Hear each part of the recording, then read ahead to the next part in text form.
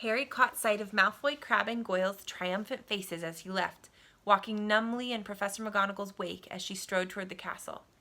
He was going to be expelled. He just knew it. He wanted to say something to defend himself, but there seemed to be something wrong with his voice. Professor McGonagall was sweeping along without even looking at him. He had to jog to keep up. Now he'd done it. He hadn't even lasted 2 weeks. He'd be packing his bags in 10 minutes. What would the Dursleys say when he turned up on the doorstep? Up the front steps, up the marble staircase inside, and still Professor McGonagall didn't say a word to him. She wrenched open doors and marched along corridors. Corridors are hallways, by the way. I should have told you that a long time ago, if you didn't know.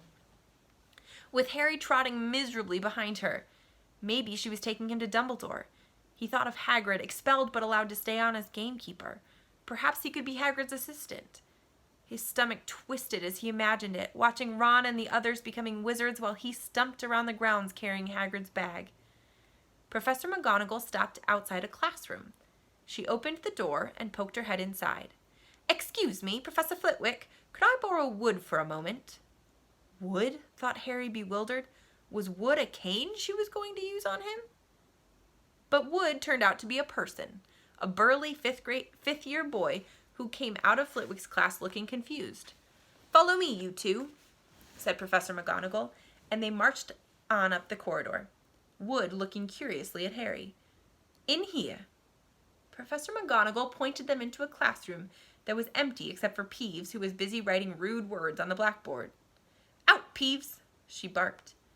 Peeves threw the chalk into a bin, which clanged loudly, and he swooped out cursing.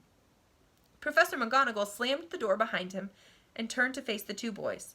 "Potter, this is Oliver Wood. Wood, I found you a seeker." Wood's expression changed from puzzlement to delight. "Are you serious, Professor?" "Absolutely," said Professor McGonagall crisply. "The boy's a natural. I've never seen anything like it. Was that your first time on a broomstick, Potter?" Harry nodded silently. He didn't have a clue what was going on, but he didn't seem to be being expelled, and some of the feeling started coming back to his legs. "He caught that thing in his hand after a 50-foot dive," Professor McGonagall told Wood. "Didn't even scratch himself. Charlie Weasley couldn't have done it."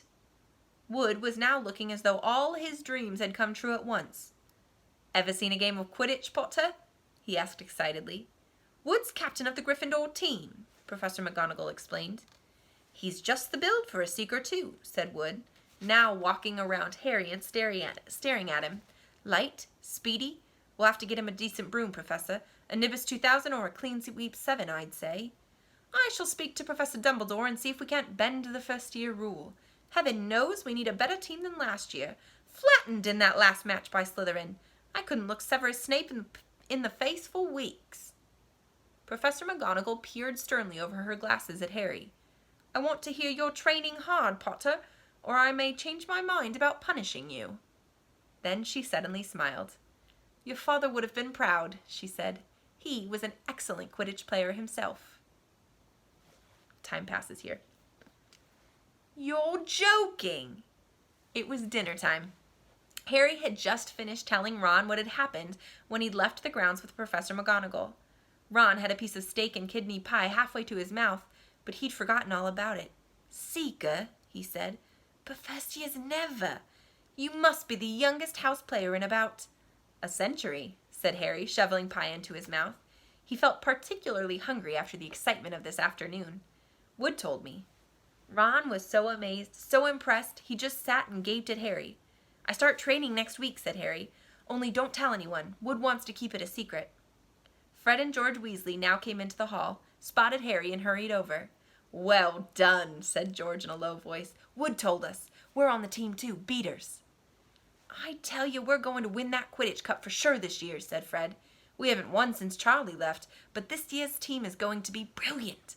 You must be good, Harry. Wood was almost skipping when he told us. Anyway, we've got to go. Lee Jordan reckons he's found a new secret passageway out of the school. Bet it's that one behind the statue of Gregory the Smarmy that we found in our first week. See ya!" Fred and George had hardly disappeared when someone far less welcome turned up. Malfoy, flanked by Crabbe and Goyle. "Having a last meal, Potter?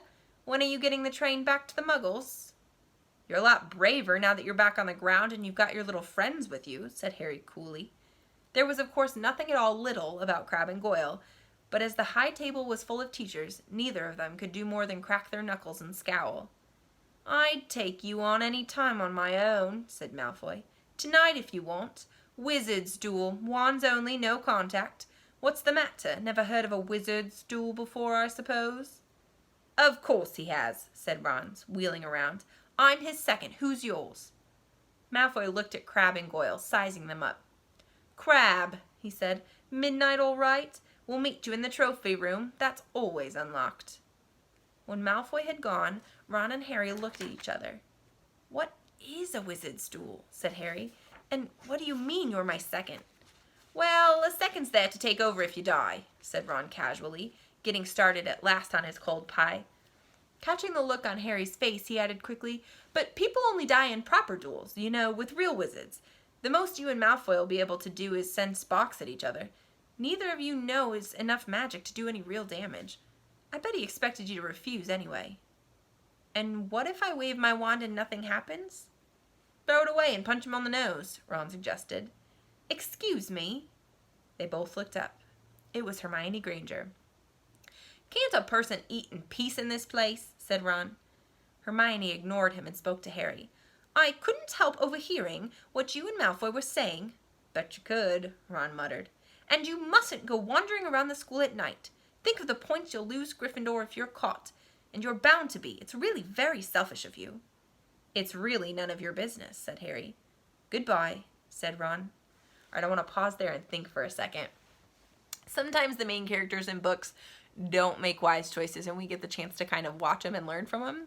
So what are you thinking? Good choice? Bad choice? I don't see this ending well. Let's jump in. All the same, it wasn't what you'd call the perfect end to the day, Harry thought as he lay awake much later listening to Dean and Seamus falling asleep. Neville wasn't back from the hospital wing yet. Ron had spent all evening giving him advice such as, if he tries to curse you, you'd better dodge it because I can't remember how to block them. There was a very good chance they were going to get caught by Filch or Mrs. Norris, and Harry felt he was pushing his luck, breaking another school rule today. On the other hand, Malfoy's sneering face kept looming up out of the darkness. This was his big chance to beat Malfoy face to face. He couldn't miss it. 11:30, Ron muttered at last. We'd better go. They pulled on their bathrobes, picked up their wands, and crept across the tower room, down the spiral staircase, and into the Gryffindor common room. A few embers were still glowing in the fireplace, turning all the armchairs into hunched black shadows. They had almost reached the portrait hole when a voice spoke from the chair nearest them. I can't believe you're going to do this, Harry. A lamp flickered on. It was Hermione Granger, wearing a pink bathrobe and a frown. You, said Ron furiously, go back to bed. I almost told your brother, Hermione snapped. Percy, he's a prefect. He'd put a stop to this. Harry couldn't believe anyone would be so interfering. Come on, he said to Ron. He pushed open the portrait of the fat lady and climbed through the hole. Hermione wasn't going to give up that easily. She followed Ron through the portrait hole, hissing at them like an angry goose. Don't you care about Gryffindor? Do you only care about yourselves? I don't want Slytherin to win the House Cup, and you'll lose all the points I got from Professor McGonagall for knowing about switching spells. Go away. All right, but I warned you. You just remember what I said when you're on the train home tomorrow. You're so... But what they were, they didn't find out. Hermione had turned to the portrait of the fat lady to get back inside and found herself facing an empty painting. The fat lady had gone on a nighttime visit, and Hermione was locked out of Gryffindor Tower. Now what am I supposed to do? She asked shrilly. That's your problem, said Ron. We've got to go. We're going to be late. They hadn't even reached the end of the corridor when Hermione caught up with them. I'm coming with you, she said. You are not.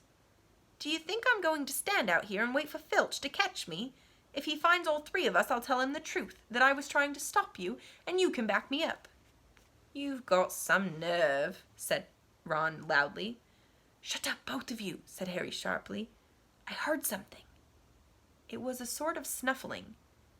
Mrs. Norris? Breathed Ron, squinting through the dark. It wasn't Mrs. Norris. It was Neville. He was curled up on the floor, fast asleep, but jerked suddenly awake as they crept nearer. "Thank goodness you found me. I've been out here for hours.